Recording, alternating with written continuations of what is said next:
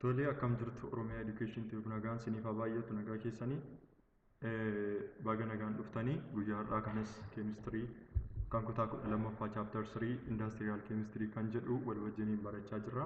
Guyyaa har'aa kanas paartii kurnaffaatiin walitti deebinee jirra. Paartii kurnaffaatiin guyyaa har'aa kana kan wajjin ilaallu unit 3 paartii 10dha jechuudha. As jalattis akkuma isa yeroo darbe sana manufacturingii wantoota sadii irratti xiyyeeffannee kan nuti wal wajjin ilaallu ta'a jechuudha. Kanaaf guyyaa har'aa kan gara chaanelii kanaa dhuftan yoo jiraattan subscribe godhaatii maatii ta'an waliin keemistirii baradhaa isiniin jenna. Kallattiidhaan gara barnoota keenyaatti galla.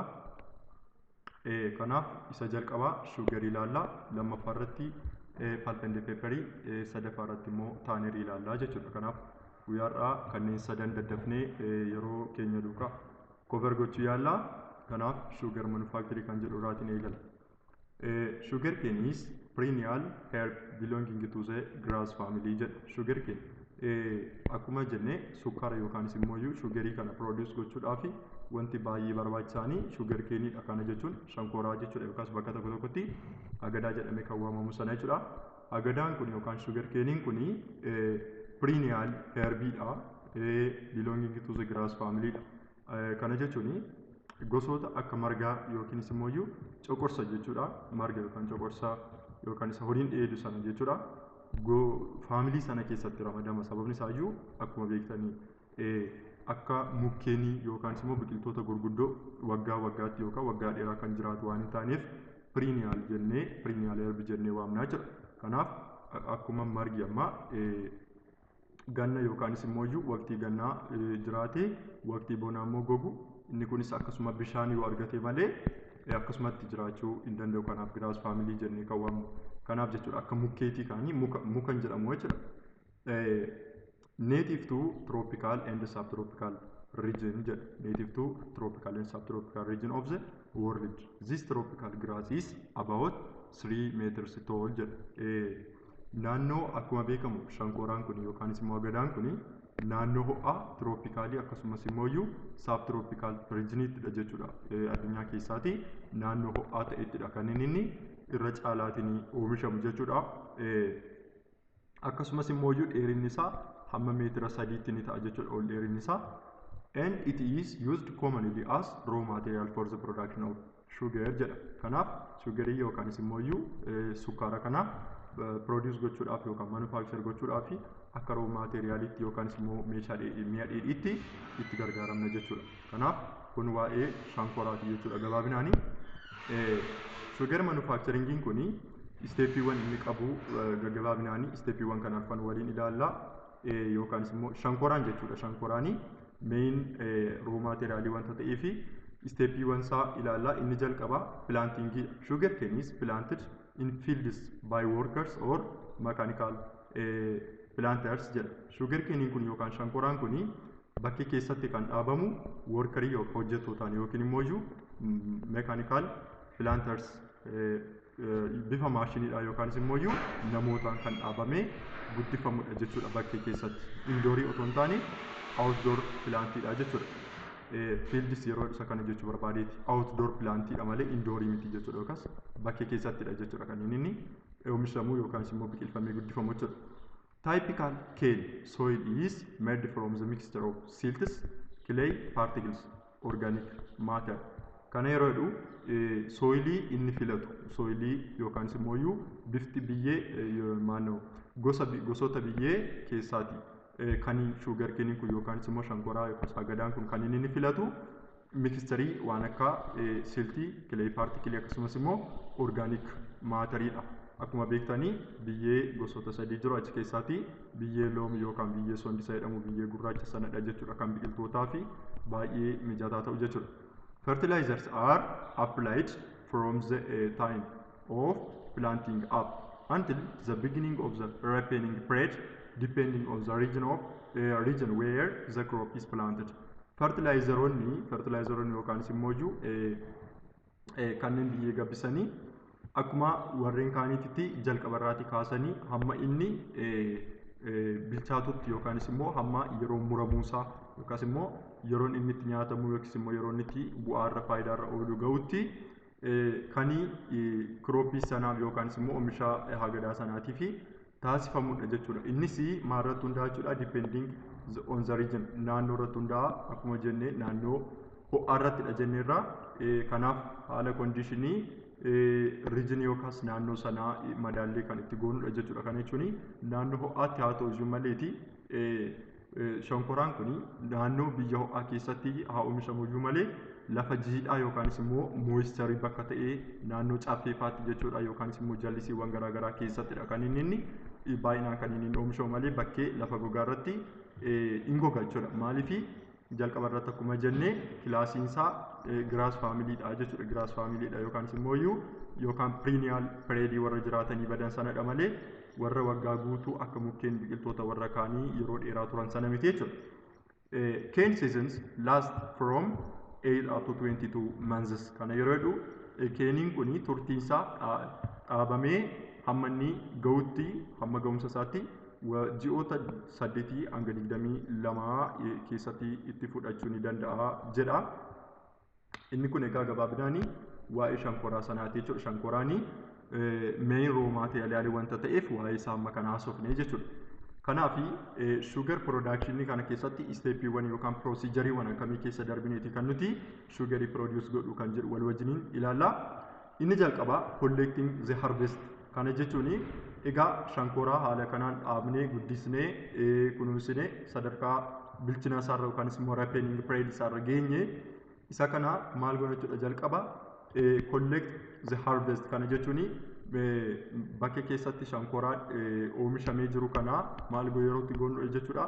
Yeroo itti murmurree walitti qabnudha jechuudha. Kanaaf steepiin kuni mature canes are gathered by the combination of manual and mechanical methods. Kana yeroo jedhu bakka keessatti shankoraawwan bibbiqilamanii gurguddifamanii jiran kuni bifa maanuwaaliidhaan yookaan mechanical methodidhaan yookaanis immoo humnaan jechuudha. Humna namaatiinis ta'e humna maashinaatiin gaazard ta'uudhaan walitti qabamuudhaan the cane is cut at ground level jala isaatti jechuun gadi butamee toora kanatti kan ciccitudha. Baay'een keessan ni beektu shankoraa jechuudha bakkee keessatti. The leaves are removed jalatti erga ciccitee gadi butamee jechuudha gara luka jala isaatti erga ciccitee achi immoo maaltu ta'a baalli isaa irraati removed ta'a jechuudha. Baalli isaa irraa cirama jechuudha. Then the top is terminated off or cutting off the last mature joint. Kana yeroo jedhu gara fiixee isaarratti akkuma beektanii shankoraan kun akkuma mukkee akkuma biqiltoota kaanii kichuu qaba jechuudha. Garri kichuu isaa suni irraatti citee badaa jechuudha. Asiin jalatti citeera, asiin irra keessatti citeera, gidduu isaa kanarraa immoo baalli irraa ciramaa jechuudha. Kun isteeppii jalqabaati jechuudha. Isteeppii lammaffaa irratti cleansing and grinding. The stakes are thoroughly washed and cut at the sugar mill. Sugariin ciccitee haala kanaan walitti qabame kuni maal ta'a jechuudha. Miicamuudhaa fi akkasumas immoo murmuramee akkaataa barbaachisuun qindaa'ee walitti erga qabamee booda after the cleaning process the machine led by the series of rotating knives shreds the cane into the pieces. This is known as grinding. Kana yeroo jedhu erga qulqulleeffamee ciccitee murmuramee haala barbaachisuun erga qophaa'ee booddee maashina keessa seena. Maashiniin knives jedhamu kuni kan naanna'u wayii jira jechuudha. Baay'ee dheeraa kan ta'e akka kana keessa maashinii dalga dheeratu meeshaa kontiinerii akka kanaa keessa wantooti naanna'an wayii jira. Sana keessa nam'eetu achi keessatti maal ta'a jechuudha. In ciccitaa jechuudha yookaanis immoo in daakama gara small particle yookaan small pieces particle isaatti ciccita. Adeemsi kun maal jedhama? Grinding jedhama yookaanis immoo bulla akka inni caccabee bulleeffamu taasifamaa jechuudha. Kanatti aansuudhaan grind erga ta'e booddee during the grinding hot water is sprayed onto the sugar cane to dissolve the remaining hard sugar. The shredded cane is then spread out on a conveyor belt.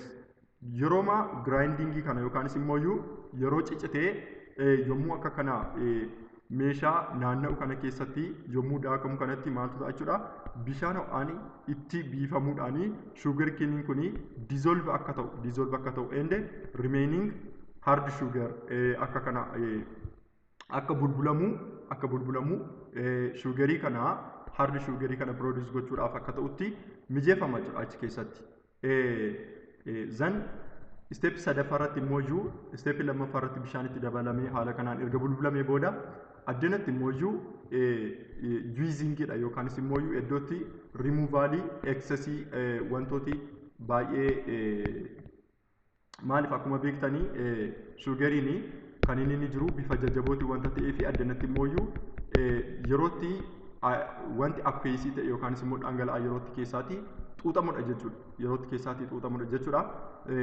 The shredded sugar cane travels on the conveyor belt through a series of heavy duty rollers which extract juices from the pulp.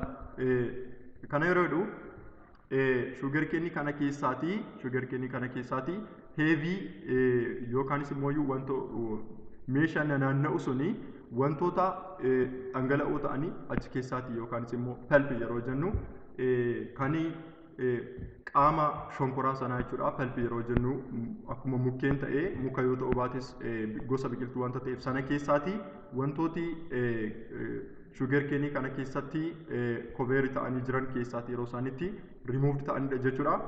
The pulp remains bagages is dried and used as a fuels. Yeroo kana erga akka kana ta'ee keessaatti wanti liquidiin keessaatti remove ta'ee hafteen nuyi argannu baagaas kan jedhamudha. Inni kunis immoo gogfamuudhaan akka fiwiliitti yookaanis immoo akka cilee yookaanis akka boba'aatti kan fayyadu. Kana jechuun itaanoolii wanta jedhamu yookaanis immoo yommuu shonkoraan kun oomishamu jechuudha. Wantoota akkasii wantoota keessaa ba'anii konistiraakshiniiwwan garaagaraa kan fayyadan jechuudha. Waan akkasiidha jechuudha. Baagaasiin kun the raw juices move through the mill to be clarified. Kana raw juicing kun yookaanis immoo innichi baagaazii irraati separate ta'e kun maal ta'a jechuudha clarified ta'a jechuudha. Then clarifying step arfaffaarratti itti fufaa jechuudha. Step arfaffaarratti carbon dioxide and milk of lime are added to the liquid sugar mixture which is heated until boiling jedha. Kanaaf yommuu clarify gochuudhaaf maal gochuu qabna jechuudha carbon dioxide fi milk lime maal gochuu qabna jechuudha liquid sugar mixture kana irratti addi gochuudhaan yookaan itti dabaluudhaan ho'isnaa jechuudha. Hammanni bulluqutti yookaan immoo hammanni boil ta'utti jechuudha. The process of clarifying being at this stage. Kanaaf clarifying stage kana irrattidha jechuudha kan inni haala kanaan gaggeeffamu. As the carbon dioxide moves through the liquid, it forms calcium carbonate, which attracts non-sugar dibers. Kan akkamii dibers yeroo jennu kan akka faatii, kan akka gums akkasumas immoo kan akka wax from the juices and pulps them away from the sugar juices. Maaliifidha kaayyoon keenya kan nuti carbon dioxide fi milk lime kanatti daballe kun milk lime kun calcium carbonate wanta ta'eef achi keessa maaltu jira jechuudha. Wanta sana keessa carbon dioxide ni jira. Carbon dioxide guutummaatti ni jira. Akkasumas immoo carbon dioxide sunii fi milk of lime kuni calcium carbonate yookaanis immoo CO3 ishee jennu kana jechuudha. Ishee kana of keessaatii qaba. Faayidaan ishee kana yookaanis immoo bu'aan ishee kana immoo maalidha? Kanneen dhangala'aa yookaanis immoo mixtarii bakka kanatti liquid sugar mixtarii arganne kana isicha steepii bakka kanatti ho'isnee jirru kana keessaati wantoota non sugarii ta'an yookaanis immoo wantoota sukkaara hin taane yookaan impuritiiwwan kan akka fat kan akka gums akkasumas immoo waaksisii garaagaraa kan akka gagaa kan akka mar'ummaan biqiltoota keessa jechuudha yookaan akkasumas immoo cooma yeroo jennu egaa kan biqiltoota jechuudha. Waan akkasii achi keessaati maal godha jechuudha attract godha yookaanis immoo walitti qaba jechuudha. Fakkeenyaaf kontiineriin akka kanaa jira yoo ta'e as keessaa liquid sugar mixturiin kun jira yommuu boil ta'u yeroo ho'ifamu sanattis bakka kanarratti jechuudha wanti non sugarii ta'e waan akka faatti gaamsi waaksi jennu kuni irra keessa kanarratti walitti qabama yookaan immoo akka kan tiraawayii uumaa jechuudha. Akkuma beektan wantoota qulqullina hin qabne fakkeenyaaf amma kan akka aannanii jechuudha. Yommuu ho'istanii wanta ta'ee wanta bifa jajjabaataa wayii kan qabu irra keessa isaatti kuufatee inni kan jalatti gadi kuufame ta'a jechuudha. Kanaaf irra keessa kanatti wantoota walitti qabaman kana kan atiraakti godhu kan walitti qabuudhaaf nu fayyada jechuudha. Kaalsiyeem kaarbooneetiin innichi kaarboon daayoksaayidiidhaa fi milki laayimii keessaatii argamu kuni jechuudha. Kanaaf akka kanaatti irra keessa kanatti walitti qabaa jechuudha. The juice then pushed through series of filters remove any remaining impurities. Sana booddee maal ta'a jechuudha? In calalamaa jechuudha. Amma inni irra keessatti kuufamee kun jira. Kana booddee filter ta'ee meeshaa biraatti yeroo nam'u impurity hafan duukaa kan wanti kan taree irra keessatti hafe kuni filter ta'uudhaani wanti nuti barbaannu suni fi wanti hin barbaadamne sun haala kanaan calalamuudhaani gargar qoodamaa jechuudha. Zan erga akkasittiin wanta pure ta'e keessaatii wanta qulqulluu ta'e arganneeti evaporation yookaanis immoo in urkisiisna jechuudha. Ammas maalidha kaayyoon kuni? Kaayyoon isa kanaati excess dhangala'aawwan jiranii aqueous jiran keessaatti remove gochuudha jechuudha. The clear juice that results from the clarifying process is put under vacuum where the juice boils at low temperature and the water in it begins to evaporate. Kanaaf vacuum yookaanis immoo bakka limited oxygenii achi keessa taa'uudhaani maal ta'a jechuudha. Maalifidha kan nuti vacuum keessa galchinu at low temperature bakka temperature isaa gadaanaa ta'etti boil gochuudha. Akkuma beektan boilini fakkeenyaaf amma kan bishaan yoo fudhanne bishaan haala kanaan jiroo ta'e abiddi bakka kana jiru asii ol yommuu itti abidda qabsiistanii yommuu temperature isaa digirii seelisheesii 100 digirii seelisheesii irra gahu bishaan kuni evaporate ta'uu jalqaba yookaanis immoo wanti liquidii ta'e kuni gara gaaziitti geeddaramuu jalqaba jechuudha. Garuu adeemsi kun isa sanarraati adda. Maal gochuudhaanidha? Inni kuni oksijiniidhaaf banaa ta'e wanta jiru yookaan immoo open systemii sirna thermodynamicsii keessaa open systemii waan fayyadamneef boil gochuudhaan malee wanti kuni temperature isaa increase gochuudhaan malee boil hin ta'u. Asitti garuu vacuumii keessa kan seesisnee fi low temperature irratti wanta sana boil gochuufidha jechuudha. Then it evaporate and water in it begins to evaporate. Kanaaf yeroo kanatti bishaan keessa jiru kuni evaporate ta'ee bishaan duraan liquidii ta'ee mixture sana keessa jiru gara gaaziitti geeddaramuudha yookaanis immoo inni dura H2O moleculeidhaan bishaan yookaan liquidii ta'ee jiru kuni gara gaaziitti geeddaramuudhaan gara hydrogen gaaziidhaa fi gara oxygen gaaziitti geeddaramuudhaani gara qilleensaatti keessaatti remove ta'a jechuudha. It is heated until it forms to thick brown syrup. Kana yeroo jedhu hamma waan akka dhangala'aa furdaa bifa maalii qabu bifa daalachaa yookaanis immoo akka adii kan ta'e wayii kan qabuutti maal ta'a jechuudha. Hanga sanatti heat ta'a jechuudha. Zan maaltu ta'a jechuudha. Ja'affaratti immoo crystallization yookaan gara soolidummaatti fiduudha jechuudha. Amma wanta thick brown syrup jenne kana yookaanis immoo kan akka shiroo yookaanis immoo furdaa kan ta'e dhangala'aa furdaa wayii kan ta'e jechuudha. Isa kana gara crystallization itti finna. Crystallization is the process of evaporating water from the sugar syrup. Kana yeroo crystallization ini processii watering keessaati evaporate ta'ee bahuudha. Maal keessaati? Sugar syrup yookaan isicha step 5 irratti arganne kana keessaa jechuudha. Pulverized sugar is fed into the sterilized vacuum pump. Kana jechuuni sugariin suni sterilized vacuum keessatti sterilized ta'a jechuudha. Wantoota hin barbaachisne keessaatti xuuxamanii bahamanii vacuum keessatti sugariin kuni vacuum keessa faanii meeshaa vacuum faanii jedhamu keessa kuufama.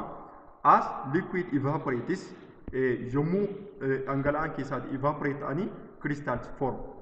Kan innumti bakka kanatti sugar syrup yookaanis immoo bifa dhangala'aa furdaatiin wanti daalacha'an jiru kuni gogaa jechuudha. Kana jechuun gara soolidummaatti dhufa crystal formii ta'a jechuudha. The remaining mixture is thick mass of large crystal.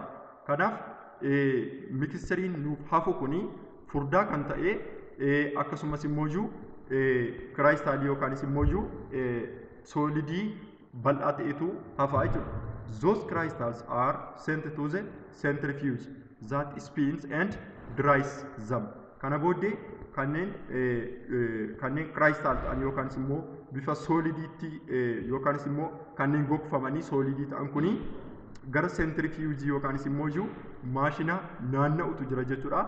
Gara sanatti geessamuudhaan spine ta'uudhaan yookaanis immoo naannifamuudhaan gogfamuu jechuudha. Akka baay'ee wal qabatanii wannoon ta'anii fi paartikiliin isaanii wal gadhiisanii akka isaan riilaaksii ta'an taasifamaa jiru.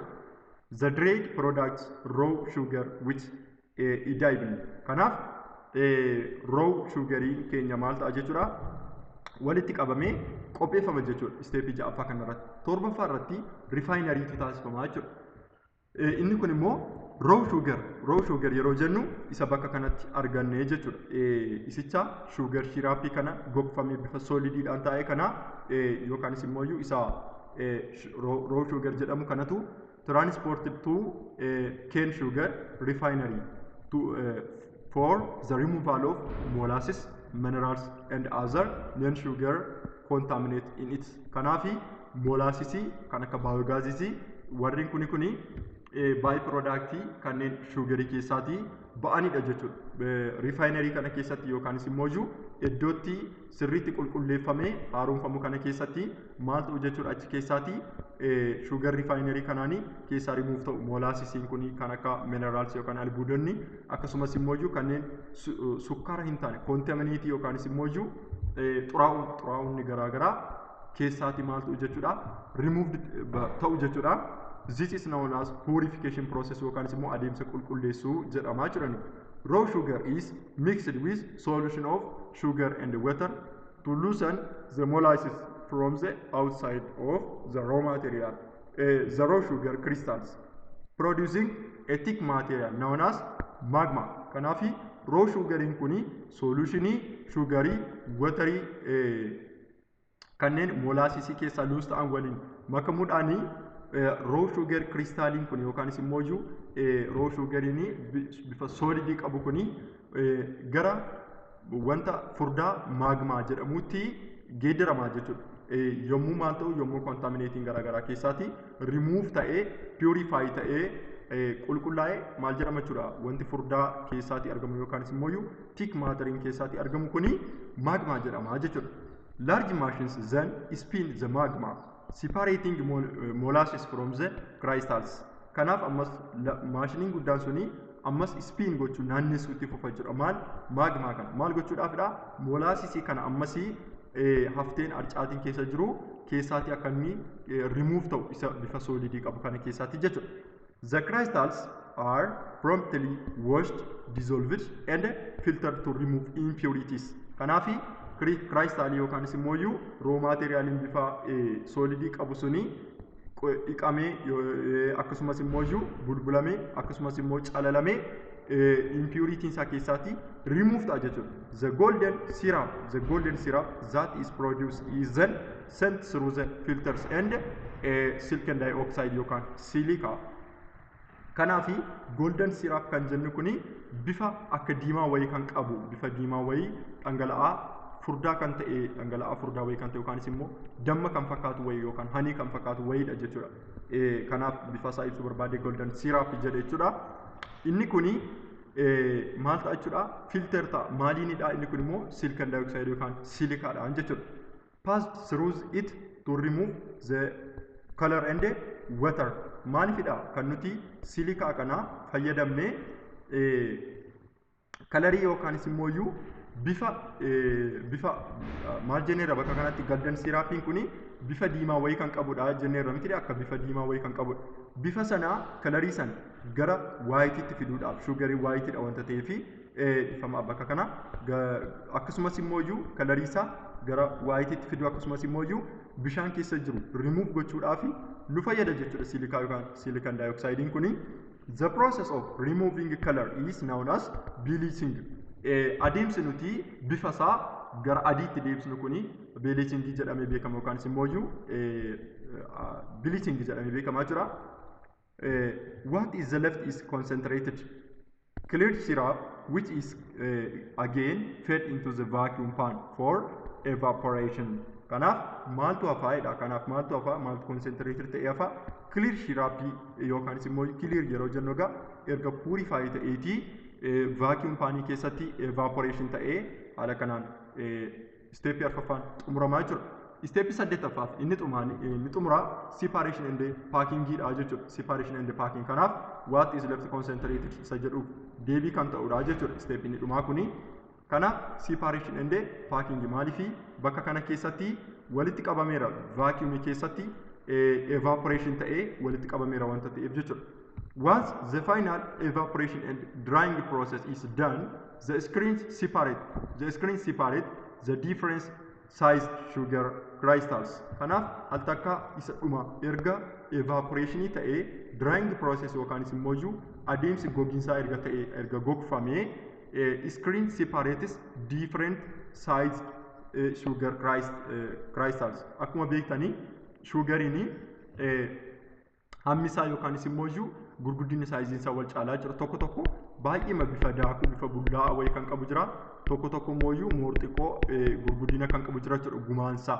Kanaaf gosa barbaannetti yookaan immoo saayizii barbaannetti screen gochuudhaani haala kanaan sugar crystal yookaan immoo sugarii feezii jajjaboo qabu kana produce godhaa jira. Large and small crystals are packed and labeled as white refined sugar. Kanaaf largis ta'e smallis ta'e crystalini packed ta'uudhaan kuufamuudhaan labeled ta'uudhaan bifa adii kan qabu refined ta'e akka kanaatti refined sugariin yookaan immoo white refined sugariin haala kanaani sugariin qulqulluuni bifa maalii qabu bifa adii qabu akkasumas immoo saayiziin isaa xixiqqaas ta'e gurguddaani solidii kan ta'e kun haala kanaan packed ta'e labeled ta'e qophaa jechuudha. Inni kuni gabaabinaan waa'ee inni kuni waa'ee intini yoo ta'u waa'ee sugar yoo ta'u amma immoo exercise isaa ilaallaa jechuudha. Exercise waanuma amma bakka kana taasisaa turre kana exercise 3.11 kana ilaallaa jechuudha. Gaaffiin jalqabaa write the chemical formula of the common sugar. It means that sucrose jedha. Sugar keeniin egaati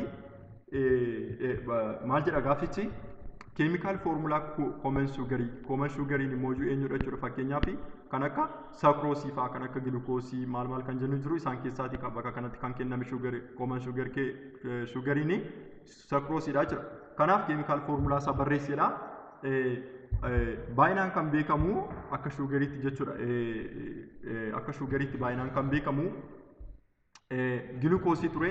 Glucose fakkeenyaaf haala salphaa ta'een kan sucrose kana chemical formula isaa barreessuudhaaf kan glucose akkuma beektanii carbon 6 hydrogen 12 oxygen 6 dha jechuudha. Yookaan immoo chemical molecular formula isaa haala kam ture jechuudha. CN H2N ON dha jechuudha. Kanaaf yommuu gatiin N keenya 6 yeroo ta'u carbon 6 N keenya 6 wanta ta'eef 6 baay'isu 2 hydrogeniin 12 akkasumas immoo oxygeniin 6 jechuudha. Kanaaf amma otoo moolii lama kan glucose kanaaf fudhattanii addana kana otoo lamaan baay'istanii meeqa ta'a jechuudha kan isiniif dhufu sucrose akkuma beektan sucrose maalidha?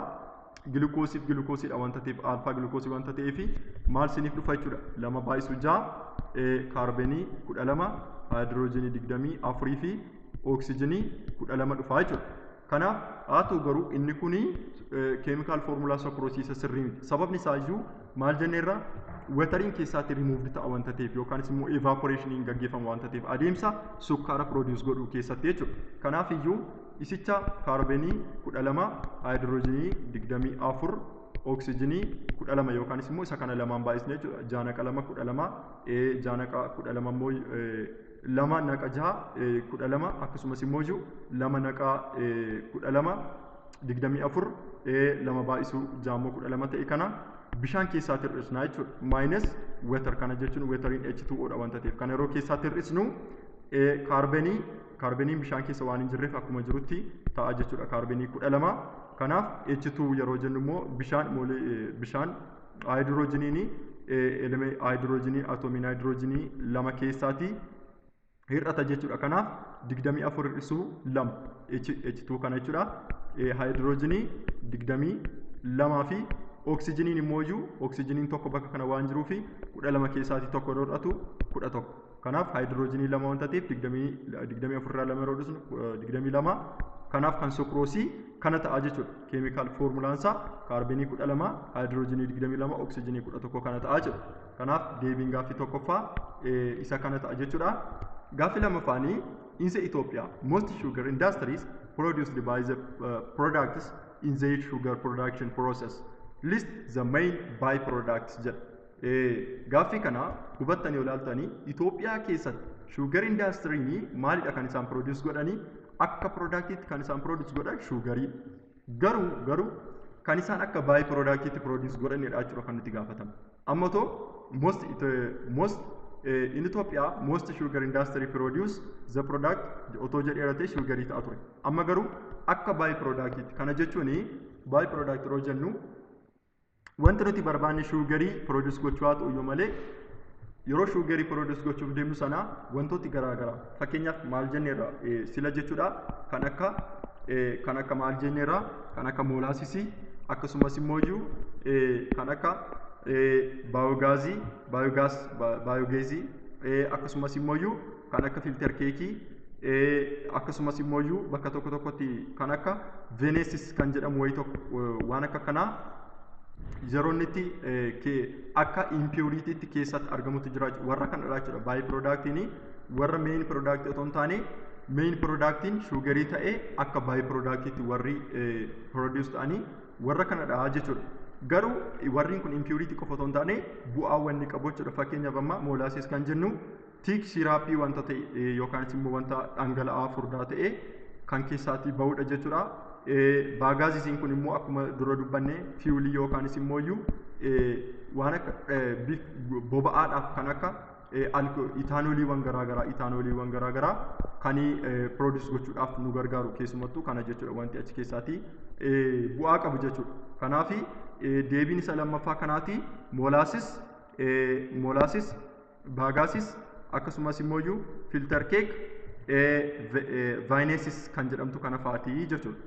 Exercisiin kuni kanaaf waa'een sugarii kana fakkaata pulp and paperii haa darbinu pulp and paperii kana fi akkasumas immoo dhumarratti taanerii itti daballee ilaalla jechuudha. Pulp and paper do you know what this textbook made of jedha kitaabni yookaanis immoo textbookiin ati irraatii barattu kuni maal irraati akka hojjetame ni beektaa jedha. Kanaaf deebiinsaa maal ta'a jechuudha waanuma akka mukaa waanuma akka jirbii naannoo keenya jiru irraati jechuudha. Innis immoo pulp and paperii kana keessatti kan wajjin ilaallu ta'a jechuudha. Waraqaa yookaanis immoo gosoota waraqaa iddootu jiru isaan sana produce gochuudha jechuudha. Amma paper and pulp nuti ilaallu kuni paper is not chemical compound. Paper is not chemical compound which can be expressed by chemical formula. Paperini akka kanneen keemikaalota kaanii chemical compound miti kanaafiyyuu chemical formulaadhaan expressed hin ta'uu jedha. Amma kanneenuma fakkeenyaaf manufacturingii kana keessatti ilaalaa turre fakkeenyaaf soodiyem kaarboneetii jennee kan akka soodiyem haayidrooksayidii faa jennee maaliin ilaalaa turreerra jechuudha. Keemikaal foormulaa isaaniitiin ilaalaa turreerra. Maaliif jarri kun keemikaal koompaawundii wanta ta'aniif keemikaal foormulaatiin eksprees gochuu dandeenyeerra jechuudha. Haa ta'u garuu peeperiin akka sanaa keemikaal koompaawundii waan hin taaneef keemikaal foormulaadhaan eksprees gochuu hin dandeenyu jechuudha. Kanaaf maal jechuudha peeperiin? Paper is a mixture makaa wantootaa jechuudha. Made from rags and wood pulps glued together with some additive bleached and dried. Maalidha peeperiin kun chemical compound miti taanaani mixture wantoota wal makaa raagii fi wood pulpiiti. Raag yeroo jennu waan akka jirbii wayii waan akka jirbii jechuudha. Akkasumas immoo wood pulp yeroo jennu kanneen mukti yeroo soofamu yookaanis immoo manneetii mukaa namoota muka hojjetan bira deemtanii yeroo arguu dandeessu. Saagaa turaa kan jedhamu jechuudha. Isa sanadha. Kanneen kuni walitti dabalamuudhaani keemikaalota garaagaraa dabalachuudhaan akkasumas immoo bleached and dyed ta'uudhaan yookaanis immoo bifa barbaadamutti sirreeffamuudhaan akkasumas immoo gogfamuudhaani serious process keessa darbanii warruma kanatu paper and pulp yookaanis immoo waraqaa kan akka gaazexaawwan garaagaraa produced godha jechuudha. Wood pulp is dry fibrous material. Wood pulp yookaanis immoo wanti muka keessa soofamee bahu wanta saagaa turaa wanti jedhamu kuni goga kan ta'edha yookaanis immoo bifa jajjaboota akkuma beektanii. The timber resources used to make wood pulp are referred to the pulp wood. Xaawulaa yookaanis immoo maqaanii yookaanis immoo maqaa garaagaraatiin kan waamamu jechuudha. Bakka garaagaraatti kan teessoowwan garaagaraa wantooti garaagaraa irraati hojjetaman jechuudha. Muka waddeessaa jedhamu irraati kan hojjetamudha jechuudha. Taayimbariin kuni isa kanarraati jechuudha yeroo baay'ee kan wood pulpiin kun kan inni argamu jechuudha. Wood pulp is made from soft wood trees such as spruce, pine, fir, larch and hemlock, and from the hardwood such as eucalyptus, aspen and birch. Gosoota muka garaagaraatu jiru. Mukooti lallaafoon jiru, mukoonni jajjabaatoon jiru. Gosoota mukootaa kan akka kanaafaa keessaati ni argama. Akkasumas immoo gosoota mukoota jajjabaatoo ta'anii kan akka kanaa keessaatis ni argama jechuudha wood pulpiin kuni. Haa ta'u garuu inni soft tree keessaati argamuuf inni ardi wood keessa argamu yookaanis immoo muka lallaafaaf muka jajjabaa keessaati argamu garaagarummaa ni qabaata. Garuu lamaansaa keessaati wood pulpiin kun ni argama jechuudha. Wood is composed of cellulose, lignin, oil and resins. Akkuma beektanii mukti wantoota komponentii fakkeenyaaf jirmisaa jechuudha. Jirmisaa otoo gaara baala isaa hidda quncee maal isaa hin dhaqiini jirmumti mukaa tokko fakkeenyaaf kuni mukadha yoo ta'e baalli isaa akkasumas immoo firiin isaa akkasumas immoo kanaa gaditti wantooti inni lafa biyyoo keessatti qabu kana otoo hin dabalatiini maaliif pepperiin kun kan inni hojjetamu jirma mukaarraa wanta ta'eef kanumaaf kana gidduutti yoo ilaalle mukti kuni maal of keessaatii qaba jechuudha. Seeluloosii of keessaatii qaba. Seeluloosiin akkuma gosoota tokko seeluloosii kana lammaffaan immoo laayingiing kan jennu laayigniin kan jennu seeluloosii kana walitti hidhanii kan jiran akkasumas immoo ooyils yookaanis immoo dhangala'aa bifa zayitii wayii qixxa lamaan muka yeroo kuttanii garri gidduusaa dhangala'aa wayii kan qabudha. Akkasumas immoo raayizins quncee kan ofirraatii qabu jechuudha yookaanis immoo baarks kan jedhamu jechuudha. Quncee kan ofirraatii qabudha jechuudha. Kanaaf maaliif inni wanta kanaa se'ee baay'ee murteessuu wanta ta'eef jechuudha. Steep yookaanis immoo piroosiijarii pulp and paper yeroo laallu jara kana seeluloosii kana akkasumas immoo laayigninii kana ooyilsii kanaa fi raayisinii kana guutummaa guutuutti beekuu waan dura jiruuf jechuudha. Kanaaf jirma mukaa kana akka kanaatti yoo jiraate kana keessa maaltu jira jechuudha? Seeluloosiitu jira jechuudha. Seeluloosiin regularly ordered wanta ta'edha jechuudha. Seeluloosiin akka kanaatti jira jechuudha. Baayoloojii keessatti ni barattu. Seeluloosii kana walitti hiitee jirti jechuudha. Ishittiin laayigniin kan jennu kuni seeluloosii kana bifa kirrii qaqalloo kan taate seeluloosiiwwan kana walitti qabsiistee walitti hiitee jirti jechuudha. Zan oil kan jennu immoo qixxa lamaansaa kana wanta akka dhangala'aa ni jira jechuudha. Qixxa lamaan mukaa yeroo muka kuttan qixxa lamaansaa dhangala'aa ni qaba. Isa kana jechuudha isaati. Raisin yookaan barks kan jennu immoo qunceen karaa alaatiin golgee ni jira jechuudha. Kanaaf lignin is used to bind fibers of cellulose together. Qaamota seeluloosii kana walitti hidhuudhaaf gargaarti jechuudha. Lignin kun akkuma jedhee isittiin kirrii qaqalloo fakkaatu kun jechuudha. To provide wood pulp, the cellulose must be separated from the lignin.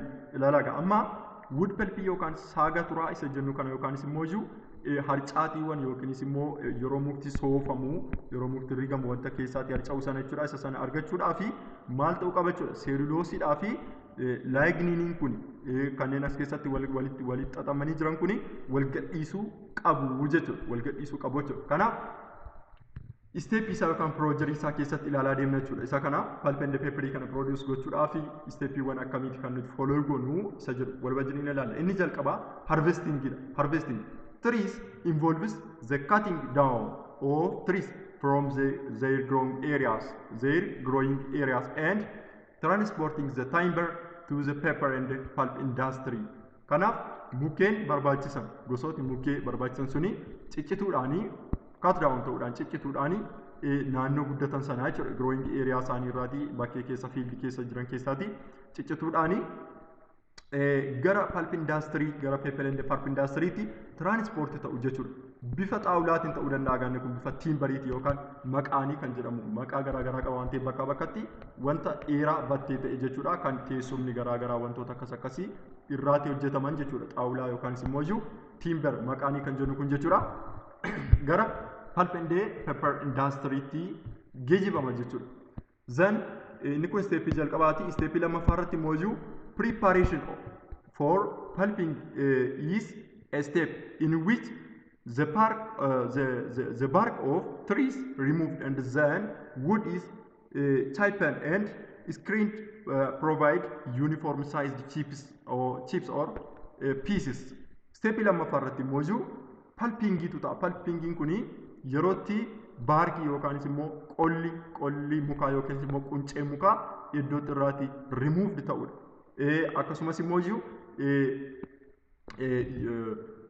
saayizii wal fakkaataa jechuun gaggabaabsamee fakkeenyaaf amma tokko baay'ee dheeraa tokko baay'ee gabaabaa ta'uu qabu jechuudha. Akka kanaatti saayizii wal fakkaataatiin yeroo inni ciccitee murmuramee sirnaan maashinii keessa namuuf qophaa'udha jechuudha. Isteeppiin inni lammaffaan kun jechuudha. Isteeppii sadaffaa irratti pulpingiitu gaggeeffama. Asitti pulpingiidhaaf qophaa'e jechuudha. Haala kanaan yuunifoormi saayizii yookaanis immoo iyyuu hojjaa yookiinis immoo iyyuu dheerina wal fakkaataa qabaachuudhaani haala kanaan qindaa'eetu maal ta'e jechuudha. Pulpingiidhaaf qophaa'e jechuudha. Pulpingiin isteeppii sadaffaa kanarratti gaggeeffama. Pulping is step used to make wood pulp from the chipped wood pieces. Pulpingiin kuni pulpii yookaanis immoo wood pulpii yookaanis immoo iyyuu saagaa turaa sanaa muka ta'e sana keessaatti yerootti baafamudha jechuudha. Bakka kanatti xaawulaa kana maal goona jenneerraa saayizii wal fakkaataa ta'etti kana jechuun saayizii wal qixa ta'etti kukkutuudhaanii maal goona jenneerraa qopheessinaa jechuudha maashiniitti naquudhaaf. Sana booddee pulpingii kana keessatti immoo iyyuu xaawulaa bakka kanatti haala kanaan akkas goone kanarraati maaltu ba'a jechuudha. Saagaa turaan sunii keessaatii yeroo inni itti baafamu ta'a jechuudha. This can be accomplished by either mechanical or chemical means depending on the strength of grade of paper to be manufactured. Inni kun egaa mekaanikaaliidhaan yookaan chemical means karaa humnaan yookaanis immoo iyyuu karaa keemikaalaadhaanii yookaan humnaan yookaanis immoo maanuwaal yookaan mekaanikaaliidhaan akkasumas immoo iyyuu keemikaalota fayyadamuudhaanii maaltu ta'a jechuudha. Kanneen dura dubbanne laayingiingiinsaa fi seeluloosiinsaa maal ta'u jechuudha. Walirraatii adda baafamu jechuudha. Kanneen walitti miksi ta'anii jiran kuni walirraatii adda baafamu jechuudha. Inni kuni karaa lamadha jenneerra. Mekaanikaaliidhaa fi keemikaaliidha. Egaa kan karaa mekaanikaalii ta'eef kan karaa keemikaalii ta'e immoo iyyuu quality paperii inni nuti produce goonu irratti dhiibbaa ni qabaata jechuudha. Keemikaala fayyadamuudhaa fi karaa mekaanikaalii yookaanis immoo iyyuu humna maashinaa fayyadamuudhaan kan nuti goonu jechuudha. Inni kun maalirratti hunda'a jechuudha. Depending on the strength and grade of paper to be manufactured. Jabinaa fi akkasumas immoo iyyuu quality paperii fi jabina paperii nuyi manufacture gochuudhaaf karoorfanne irratti hunda'a jechuudha. Quality isaa ol kaasuu barbaanna taanaan yeroo baay'ee chemical means kana fayyadamna. Quality magadi bu'aa kan akka gaazexaawwan garaagaraa jechuudha. Paperiiwwanii dimismisaa'uu bifti isaanii baay'ee waxaa jedhee hin argamne wayiidha taanaan kan nuti barbaannu mekaanikaalii fayyadamna. Garuu waraqaawwan barnootaaf itti tajaajilamnu waan akkasii taanaan keemikaala kana fayyadamna. Kanaaf wal wajjin inni ilaalla jechuudha. Kanaaf strength isaa akkasumas immoo grade isaa yookaan quality isaa sadarkaa quality isaa murteessaa jira.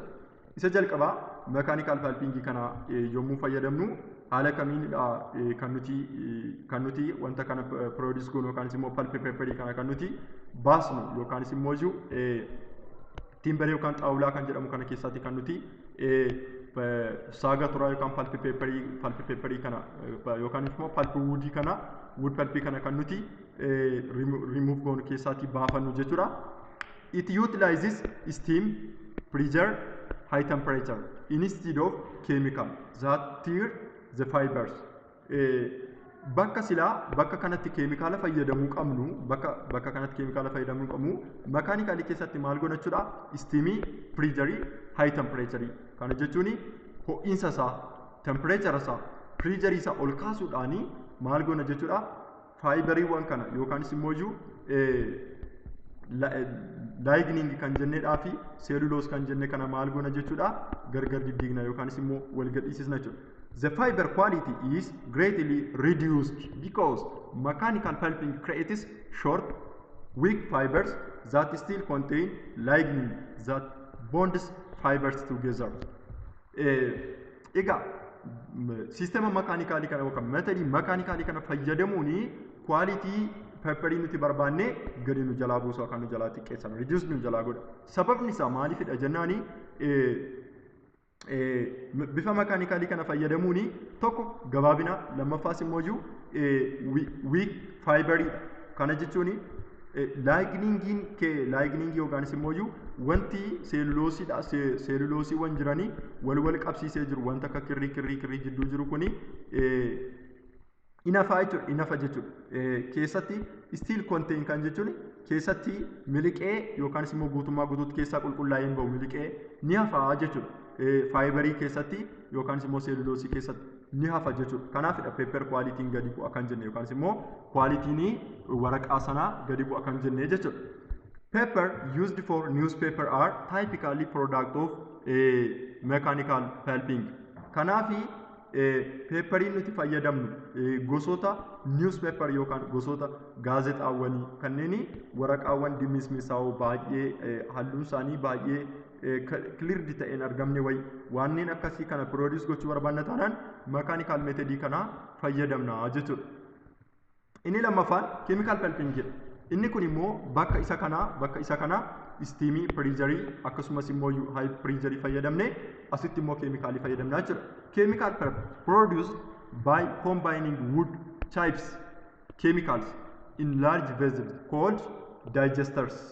Meeshaa digesterii jedhu keessatti keemikaalota akkasumas immoo kanneen mukkeen yookaanis immoo xaawulaawwan ciccitanii qophaa'an kana combine gooneetu keemikaalaan maal goona jechuudha. Seeluloosiidhaa fi laayingingii sana wal gagadhiisisna yookaanis immoo separate goonaa jechuudha.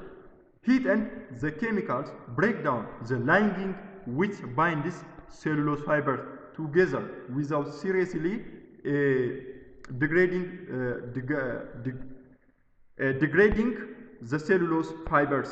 Kanaaf keemikaala yommuu fayyadamnu akkasa makaanikaalii sanaa cellulose fiberii degrading goonu jechuudha yookaanis immoo celluloosii sanaa decomposing goonu yookaan disrupting goonu jechuudha. Haala salphaa ta'een keemikaalli maal godha jechuudha. Bifa dhangala'aatti jijjiira jechuudha. Maal isaa laayinging jenne kana kun ishee kana gara dhangala'aatti geeddaruudhaani akka isheen keessaatii akka isheen seeluloosii gadhiistu taasisa jechuudha keemikaala fayyadamuuni. The chemical pulp is manufactured using the craft process or the sulfite process. Keemikaala fayyadamuun kunis meetodii lamatti qoodama. Inni jalqabaa craft process, inni lammaffaan immoo sulfite processidha jechuudha. Kaayyoon isaanii isa kana laayingingiidhaa fi maal gochuudha jenneedha. Laayingingiidhaa fi seeluloosii gargar baasuudha. Kanaaf innumti immoo gosoota lamatu jiru jechuudha. The craft process inni jalqaba, inni tokkoffaan jalqaba irratti craft process ilaalla, lammaffaa irratti immoo sulfite process ilaalla jechuudha. The craft process is dominant chemical pulping method. yeroo baay'ee kan itti fayyadamanidha dominant kan ta'edha jechuudha chemical pulping method keessatti. It is most widely used method for the making pulp from all type of tree. Gosoota biqiltoota hunduma irratti fayyadamuu ni dandeenya. Akkasumas immoo most widely used method dha yookaan bal'inaan kan itti gargaaramnudha, kan itti gargaaramaa jiran industry jechuudha, kan itti gargaaramameerudha jechuudha. The process uses aqueous sodium hydroxide and sodium sulfide as digestion solution. Maal fayyadama jechuudha? Sodium hydroxide, sodium hydroxide fi sodium hydroxide fi sodium sulfate, sodium sulfate fayyadamaa jechuudha. Sodium sulfate fi sodium hydroxide fayyadamaa jechuudha. Akka maalitti? Akka digestion solution. Inni kam? Craft processing kuni jechuudha. Keemikaala fayyadama jenneera waan ta'eef keemikaalota kanneen lamaan baay'inaan fayyadama jechuudha. After digestion of about 4 hours at a temperature of 170 degrees Celsius, the pulp is separated by filtration. This process uses a basic digestion medium.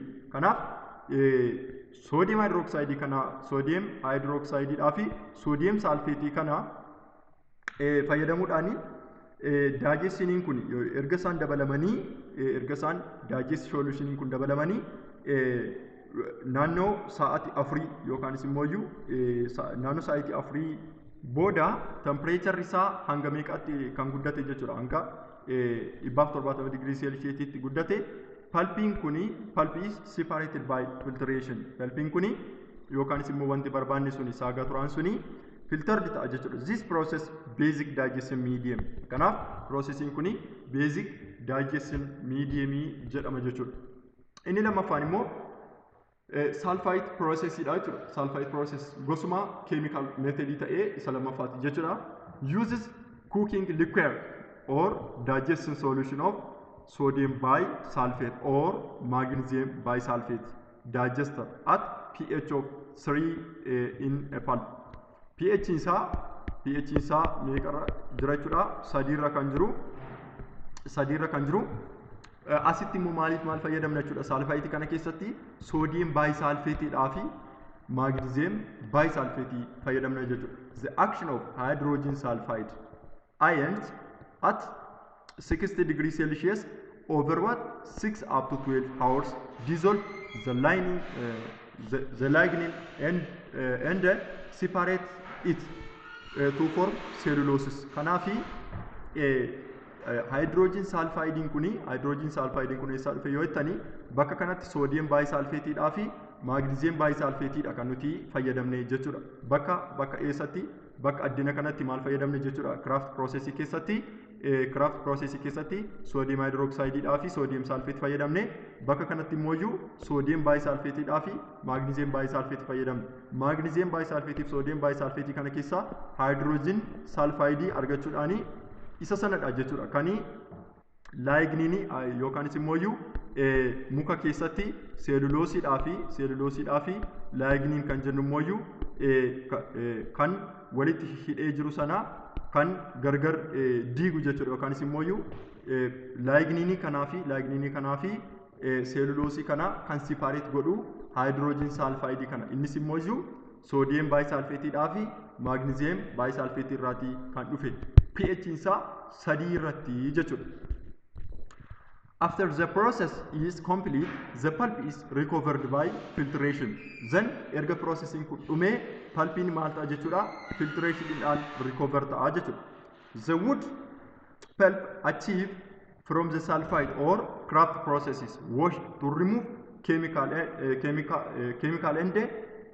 and passed through a series of screens to remove foreign materials. Kanaafi wood pulping yookaan immoo saagaa turaan kuni sulfite yookaan immoo sulfite yookaan immoo craft processing kuni washed ta'uudhaan chemical isaa removed ta'uudhaani series of screen calalliiwwan yookaan filtration hedduu keessa darbuudhaani foreign materials chemicalonni keessaatii yeroo maal ta'u jechuudha? Remove ta'u jechuudha.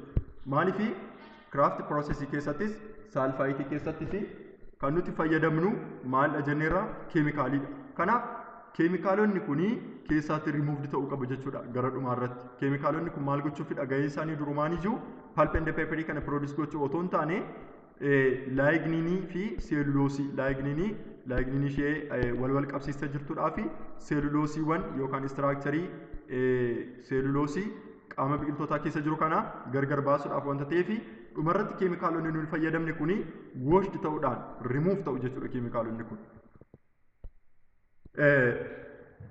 Isteeppii arfaffaarratti erga haala kanaanii amma yoona kanaatti kan nuti qopheessine maalidha jechuudha. Wood pulp kana yookaan immoo saaga turaa kana karaalee garaagaraa qopheessine jechuudha. Bakka kanatti ittaansuudhaani isteeppii arfaffaarratti jechuudha. Isteeppii arfaffaarratti kan ittaansuudhaani bleachingidha jechuudha. Bleaching. It is process of removing coloring matter from wood pulp and increasing its brightness. Kana jechuuni wood pulp isicha hamma isteeppii sadaffaatitti arganne kana isteeppii sadaffaarratti arganne kana yeroo nuti itti coloring goonudha. Amma gaa akkuma beektan mukti bifa adii qulqulluu ta'e hin qabu xiqqoo keessa akka diimachuu ta'a jechuudha. Bakki kuni bakka itti colorii isaa white goonudha jechuudha. Yookaanis immoo brightness isaa iddootti nuti dabaludha. Maaliif akkuma beektan waraqaan adii wanta ta'eef adeemsi kuni bleachingidha yookaan immoo coloring jettanii qabachuu dandeessu jechuudha. The most common bleaching agents are strong oxidizing agents such as chlorine, chlorine oxide, ozone and hydrogen peroxide. Kunis immoo oxidizing agent or chemical oxidizing agent kan akka chlorine, kan akka chlorine oxide, kan akka ozone, kan akka hydrogen peroxide gargaaramuudhaan jechuudha. Isaanitti gargaaramuudhaan jechuudha kan nuti colorii isaa jijjiirru gara barbaannetti yookaas gara white'itti yookaas immoo akka inni bifa ifaa akka inni ta'u yookaas immoo white akka inni ta'u brightness akka inni qabaatu kan nuti goonu jechuudha. Step 5ffaa irratti making paper from pulp. Amma yoona kanaatti pulpii akka kanaa erga qopheeffanneeti steppii kana irratti immoo pulpii kana gara paperiitti yeroo itti finnu ta'a jechuudha. Pulp to paper steppii 5ffaan kun jechuudha. Steppii 5ffaan kun jechuudha. Making paper from pulp. After bleaching, the pulp is processed into liquid stock that can be transferred to paper mill. Erga bifti isaa gara adiitti deebi'e yookaan erga bleach ta'ee pulpiin kuni maal ta'a jechuudha. Liquid stockii yookaan immoo liquidii dhangala'aa ta'een gara pulp mill kan jedhamutti transferred ta'a jechuudha. The suspension is poured onto continuously moving screen belts and liquid is allowed to seep away by gravity to produce paper sheets. Kanaafi suspensionii yookaan immoo dhangala'aanii bifa precipitateedhaani poured ta'ee jiru kuni maal ta'uudhaan screen ta'uudhaani yookaan immoo calalamuudhaan continuously haala walitti fufaa ta'een calalamuudhaani liquidii kanneen dhangala'aa ta'anii gara maaliitti jechuudha gravitiidhaan. Kana jechuun asii gadi jechuudha. Fakkeenyaaf amma kontiineriin akka kanaa yoo jiraate wanta tokko yommuu asii gadi naqxanii humna giraavitiitiinidha jechuudha. Kan inni as keessatti gadi dhangala'u malee wanti biraan wanti harkisu yookaanis immoo piriijariin fayyadamnu jechuu barbaadeeti jechuudha bakka kanatti. Maaliif yeroo tokko laaboraatoorii keessatti wanti suni impuritiin isaa keessaatiin ba'u taanaan maal fayyadamna wanta ta'eef piriijarii fayyadamuudha yookaanis immoo piriijariin asirraan meeshaan xuuxu wayii yoo jiraate keessaatti xuuxee kan keessaa irra keessa kanatti wanta hambisuu qabu hambisee wanta kana keessa darbee bakka kanatti barbaadame gadi fiduu jira wanta ta'eef bakka kanatti piriijariin fayyadamnu jechuudha. Maaliinidha? Giraavitiidhaanidha yookaanis immoo guula yookaan humna harkisa dacheetiin jechuudha kan nuti liquidii kana gara kanatti gadi keessaatti suspension yookaanis immoo precipitatii kana keessaa kan calalu jechuudha. Kanaaf paper sheetii kan nuti argannu jechuudha bakka kanatti. The continuous sheet then moves through additional rollers that compresses the fibers and remove residual water to produce fine paper. Kanaafi continuously yommuu roolersii yookaanis immoo kompirees meeshaa akka kanaa meeshaa naannessii akka kanaa calalu kana additionally roolersii kana gochuudhaan yeroo nuti faayibarii kana keessaatii haftee bishaan yookaan risaawujaal weetarii kana yommuu nuti remove goonu faayin peepparii barbaadame nu produce godhaa jechuudha. Kun walumaa galatti waa'ee peeppariiti jechuudha. Waa'ee peeppariiti kanaaf inni dhumaa nu hafee taaneriidha jechuudha. Taanerii kanadha jechuudha. Kanaaf taanerii ilaalla jechuudha. Sadaffaa irratti taaneriin kun egaa akkuma beektanii maal jechuudha? Taaneriin kun waan akka liizarii jechuudha. Wanbariiwwan yookaan farniicharii yookaan teessoo garaagaraa kan irraa hojjetamu uffati garaagaraa wantoota akkas akkasiidha taaneriin kun. Taanerii kana keessatti egaa konseptiiwwan akka kanaa waan dubbannuuf maal akka ta'an ilaalla jechuudha. Tanning kan jedhu kuni tanning is a process of converting raw animal hides and skin to leather using tanning. Tanningiin kuni processii maaliiti jechuudha? Raw animal hide yookaanis immoo skinii isaanii, gogaa isaanii akkasumas immoo rifeensawwan isaanii kana processiin nuti itti gara liizariitti geeddarru taaninii fayyadamuudha yookaan keemikaala taaninii kana fayyadamuudhaan kan nuti geeddarru kuni maal jedhama? Taaningii jedhama jechuudha. Liizariin kun immoo egaa taaningiin maalidha? Animal hide gara liizariitti fiduudhaan namitti liizariin kun maal akka ta'e ilaalla. Leather is durable and flexible material created by tanning of animal hide and skin. Liizariin kun umurii dheeraa jiraachuu kan danda'u durable yeroo jedhu kan turu akkasumas immoo flexible kan ta'e yookaan amala pilaastikummaa kan qabu yookaan immoo pilaasticity behavior kan qabu created by tanning of animal hides and skins. Taaningiidhaanii maarraati animal hideedhaaf skin yookaanis immoo gogaawwan loonii yookaanis immoo horii irraati kan produce ta'udha jechuudha. Tannin is acidic chemical that permanently alters protein structure of skin so that it can never return to raw hide or skin again. Tanniniin kuni acidic chemicalidha. Chemical acidawaadha. Maal kan godhudha jechuudha? Permanently alter the protein structure. Protein structure yookaanis immoo structure yookaan caasaa pirootinii gogaa horii yookaanis immoo loonii kana keessa jiru guutummaa permanently yookaan completely kan jijjiirudha jechuudha. Kan jijjiirudha. Alter kan godhu kan jijjiirudha jechuudha. Kanaaf pirootinii suni deebi'ee gara raw hide yookaanis immoo gara gogaatti yookaanis immoo gara qaamaatitti hin deebi'u. Structure isaa gara duubaatti hin deebi'u. Maaliif isa kana salphaatti yaadachuu dandeessu? Asiidikiin fakkeenyaaf amma kanneen akka HCl yookaanis immoo hydrochloric acid faa, nitric acid faa kan akka nitric acid faa jechuudha. Yommuu produce goonu of eeggannoo goona. Maaliif pirootinii qaama keenya keessa jiru decompose godha jennee yerootti dubbachaa turre sana faa dubbanne sana yaadattu. Inni kuni asiidii wanta ta'eef taaniniin kun gosa asiidii wanta ta'eef keemikaala asiidii wanta ta'eef pirootinii structure alter godha yookaas decompose godhee jijjiira jechuudha.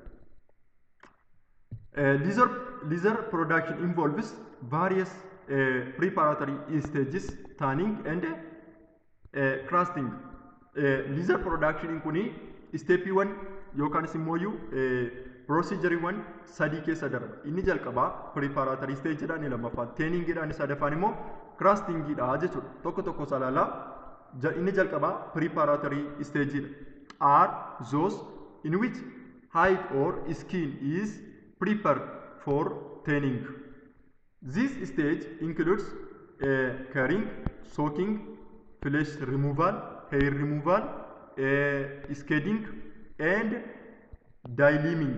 Warri kun egaa warri kuni tokko lama sadii afur shan steepiiwwan ja'a qabaa jechuudha. Innumti preparatory staging kun jechuudha. Inni jalqabaa curingidha. This process involves salting, drying the hide once it has been removed from animal.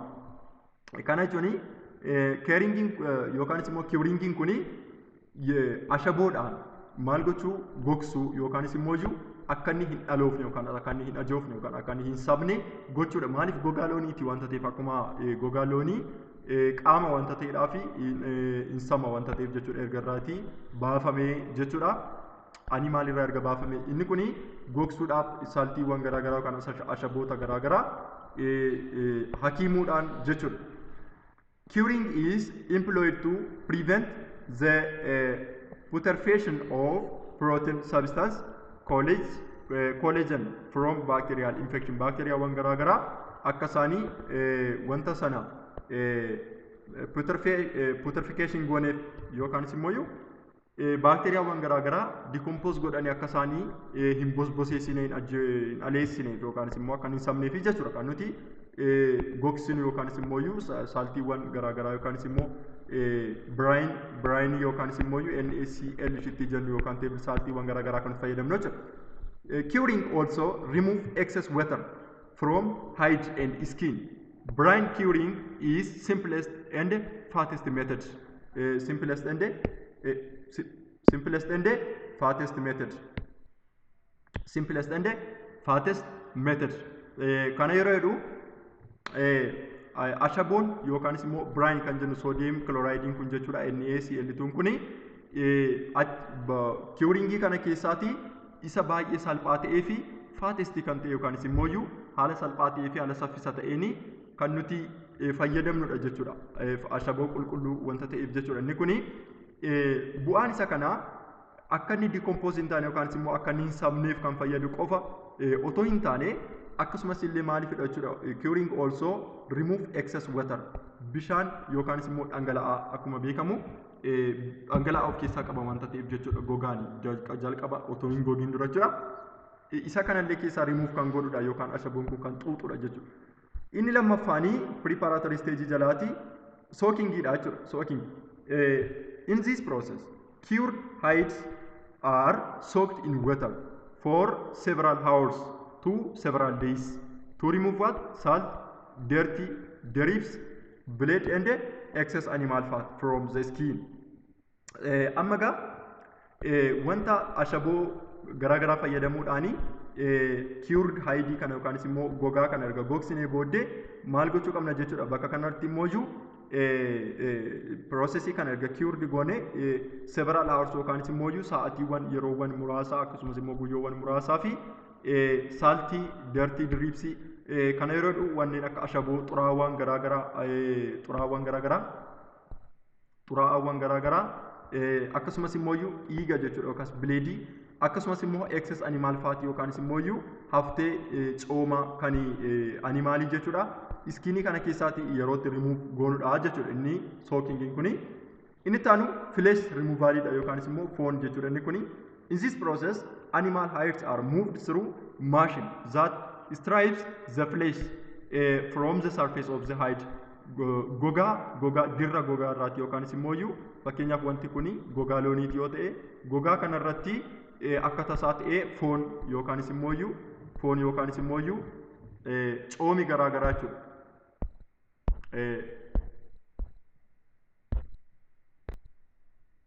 Cooma yookaanis immoo foon garaagaraa asirratti akka tasaa ta'anii kan hafan kana yeroo inni nuti irraatii sirriitti qulqulleessinee kaasnudha jechuudha. Kanaafidha jechuudha animal hide yookaanis immoo gogaa bineeldotaa irraatti maashiniidhaani maal kan goonu fileeshii kan stripe goonudha jechuudha. On the surface of hide yookaanis immoo gogaa kana fuula gogaa kana irraatti jechuudha. Inni arfaffaanii hair removalidha. Inni kun immoo rifeensa yeroo irraatti remove goonudha jechuudha. In this step the soaked hide and skin are transported to large vats where they are immersed in mixture of lime and water. And steppii kanarratti immoo soaked hide yookaanis immoo kan excess faatii fi akkasumas immoo excess faatii fi fileeshiin akkasumas immoo bishaan irraatti removed ta'ee kuni gogaan kuni yeroo itti maal ta'udha jechuudha gara large vat yookaanis immoo meeshaa vat jedhamu baay'ee bal'aa ta'etti keessa galfamuudhaani yeroo itti mikisarii laayimiidhaaf wetariidhaa yeroo itti dissolve ta'udha jechuudha yookaanis immoo laayimiidhaa fi bishaaniidhaa fi kaalsiyeem kaarboneetii kanaan jechuudha.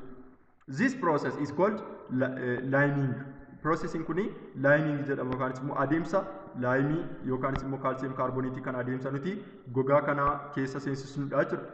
It loosens the hair from the skin and makes hair removal easier.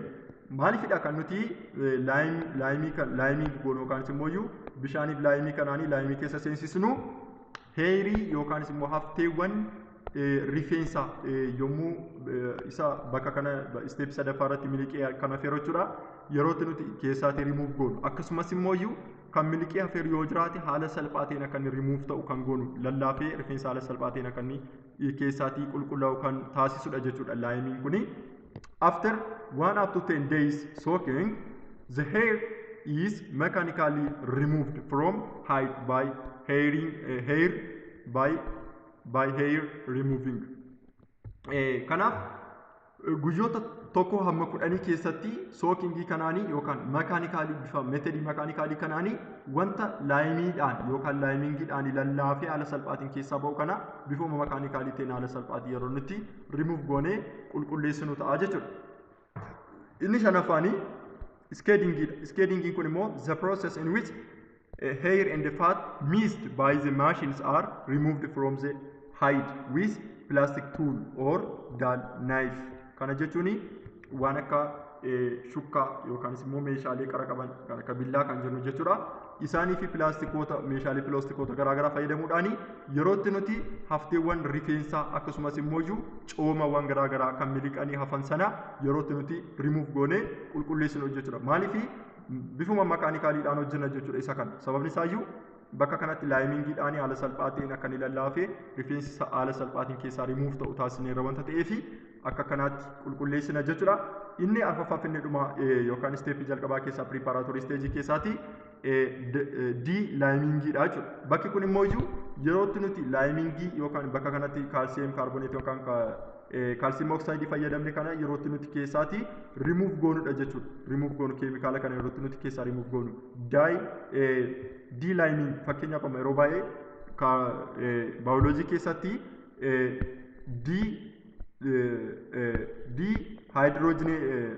dehydrate yeroo jettanii maal jechuudha bishaan keessaatti remove gochuu akkuma ta'e de-laayiming yeroo jennu jecha kana salphaatti qabachuu fi laayimii keessaatti remove gochuufidha jechuudha. Inni kunis dehydratingiin hydration yookaan immoo bishaan keessaa remove gochuu erga ta'e de-laayimingiin kunis laayimii keessaa remove gochuu. This process involves the removal of lime from the skin or hide in a vat acid. Meeshaa vaatii kana keessatti yerootti nuti laayimii keessaatti remove goonudha jechuudha. After this preparatory process, the skin or hide is ready to tanning. Ilaalaga erga adeemsawwan jahan kana keessaa darbee gogaan kuni maaliif qophaa'aa jechuudha. Maaliif qophaa'aa ta'e jechuudha. Taaningiidhaaf qophaa'aa ta'e jechuudha. Kanaaf steepii lammaffaa irratti ceenaa jechuudha. Steepii lammaffaanii taaningiidha jechuudha. Is process that converts the protein of raw hide or skin into stable material. Kanaaf yerootti nuti structure protein yerootti nuti gara stable materialitti geeddarudha jechuudha. Taaningiin kuni permanently change the structure of protein dha jechuudha. Those are two main types of tanning. Tanningiin kunis gosa lamatu jira jechuudha. Inni jalqabaa vegetable or natural tanning. Inni lammaffaan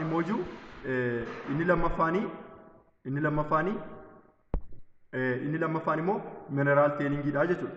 Kanaaf vegetable or natural tanning kuni the skin is placed in solution of tannin yookaan tannin kuni keemikaaladha jenneerra keemikaaladha. Tannin occurs naturally in the barks and leaves for many plants. Tannin kuni kan inni argamu maarraati jechuudha. Barks yookaan immoo qola yookiin quncee akkasumas immoo baala biqiltootaa irraati jechuudha. Kanaafidha kan nuti natural yookaan immoo vegetable tanning kan nuti jennee biqiltoota irraati uumamumaan quncee isaanii akkasumas immoo baala isaanii irraati kan nuti argannudha jechuudha. Tanning kuni the primary barks used in modern times are chestnut, oak, tannock, hemlock, and kubarchol, magnorup, watel or karaa biraatiin akaakiyaa kan jedhamu akkasumas immoo maayiroobaan kan jedhamu kanadha jechuudha. Kanaaf gosoota quncee mukaati jechuudha warri kun. Yeroo ammaa kanatti irra caalaa kan itti fayyadamnu kanneen kanadha jechuudha. Qunceewwan yookaan immoo qoloota mukaa kanneen akka kanaa fayyadamuudhaan karaa naachuraalii ta'ee veejiteebilii kanaanii taaningii kan nuti goonu jechuudha.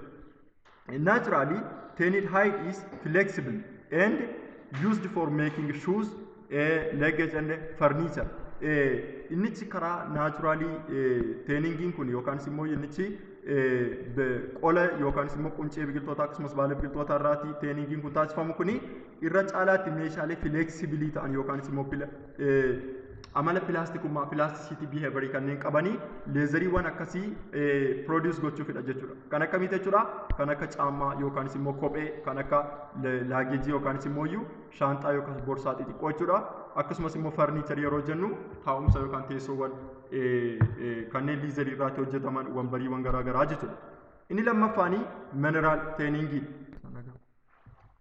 Mineral teeningiin kuni inni kun immoo albuudawwan garaagaraa fayyadamuudha jechuudha. Bakka maalii bakka jalqaba kanarratti vegetable yookaan natural teeningii fayyadamne asitti immoo albuudota fayyadamneeti jechuudha. In this process, the skin is placed in solution of chemicals such as chromium sulfate and other salt chromium. Saltiiwwan yookaan ashaboowwan chromiyeetii garaagaraa keessa buusuudhaan kan nuti fayyadamnudha jechuudha. Bakka sadiiramaa qola yookaan immoo quncee yookaan immoo baala biqiltoota fayyadamnu asitti garuu chromium saltiiwwan garaagaraa yerootti fayyadamnu jechuudha. Chrome tanning is faster than natural or vegetable tanning. Requires only 24 hours. Kana yeroo jedhu innichi mineraaliin kuni isicha vegetabilii adeemsa natural vegetabilii sana caalaatti saffisaadha yookaan immoo yeroo muraasa keessatti xumurama jechuudha. Kunis hamma sa'aatii 24 yookaan immoo guyyaa tokko keessatti xumurama jechuudha. The laser is greenish blue in color derived from chromium. Laseriin karaa mineraalii kana produce ta'usi greenish blue yookaan immoo magariisa bifa gurraacha kan qabudha jechuudha. Chromium irraati kan dhufe. Chromiumiin kuni transition elementii bifa kana greenish blue kan qabudha yeroo baay'ee kan inni argamu compound isaa keessatti jechuudha. This process produces stretchable leather that used for making garments and handbags. Inni kun immoo uffatawwan garaagaraa akkasumas immoo wantoota meeshaalee xixiqqoo akka boorsaa jechuudha waan akkasii kanneen stretchable ta'uu danda'an kan pilaastisiitii qaban hojjechuuf nu gargaara jechuudha. Inni sadaffaan steppiin inni dhumaa jechuudha. Crustingidha. This is final stage leather manufacturing and include dyeing, rolling and leather to make what? Strong, stretching and heat controlled room and performing process that involves covering grain surface with chemical compounds such as wax, oil, glazes to make what? Leather very attractive. Inni kun immoo yerootti nuti maal goonudha jechuudha. Dyeing jechuun halluuwwan garaagaraa dibuudhaan akkasumas immoo akka inni jabaatuuf rolling gochuudhaan jabeessuudhaan akkasumas immoo stretch akka inni ta'u yookaan immoo akka inni diriirfachuu kottoonfachuu danda'u maaliif leezeriin kuni bifa pilaastisiitii akka inni qabaatu gochuudhaan akkasumas immoo heat control roomii keessatti yookaan immoo bakka ho'aatti akka inni decompose haala salphaatiin hin taane akka inni bifa bareedaa qabaatu akka kana gochuudha jechuudha. Sarfeesii isaa yookaan immoo bakki isaa babbareechuu jechuudha. Inni kuni waaksii yookaan immoo gagaawwan garaagaraa ooyilii yookaan akka inni bifa diriiraa qabaatu akkasumas immoo attraactive yookaan wanta hawwataa akka inni ta'u gabaarratti fudhatama akka inni qabaatu taasisudha jechuudha. Kuni walumaa galatti waa'ee guyyaa har'aati jechuudha. Viidiyoo biraatiin yookaan paartii taanuu namoo walitti deemnutti nagaan tura. Yeroo barnootaa gaarii isiniif haa ta'u.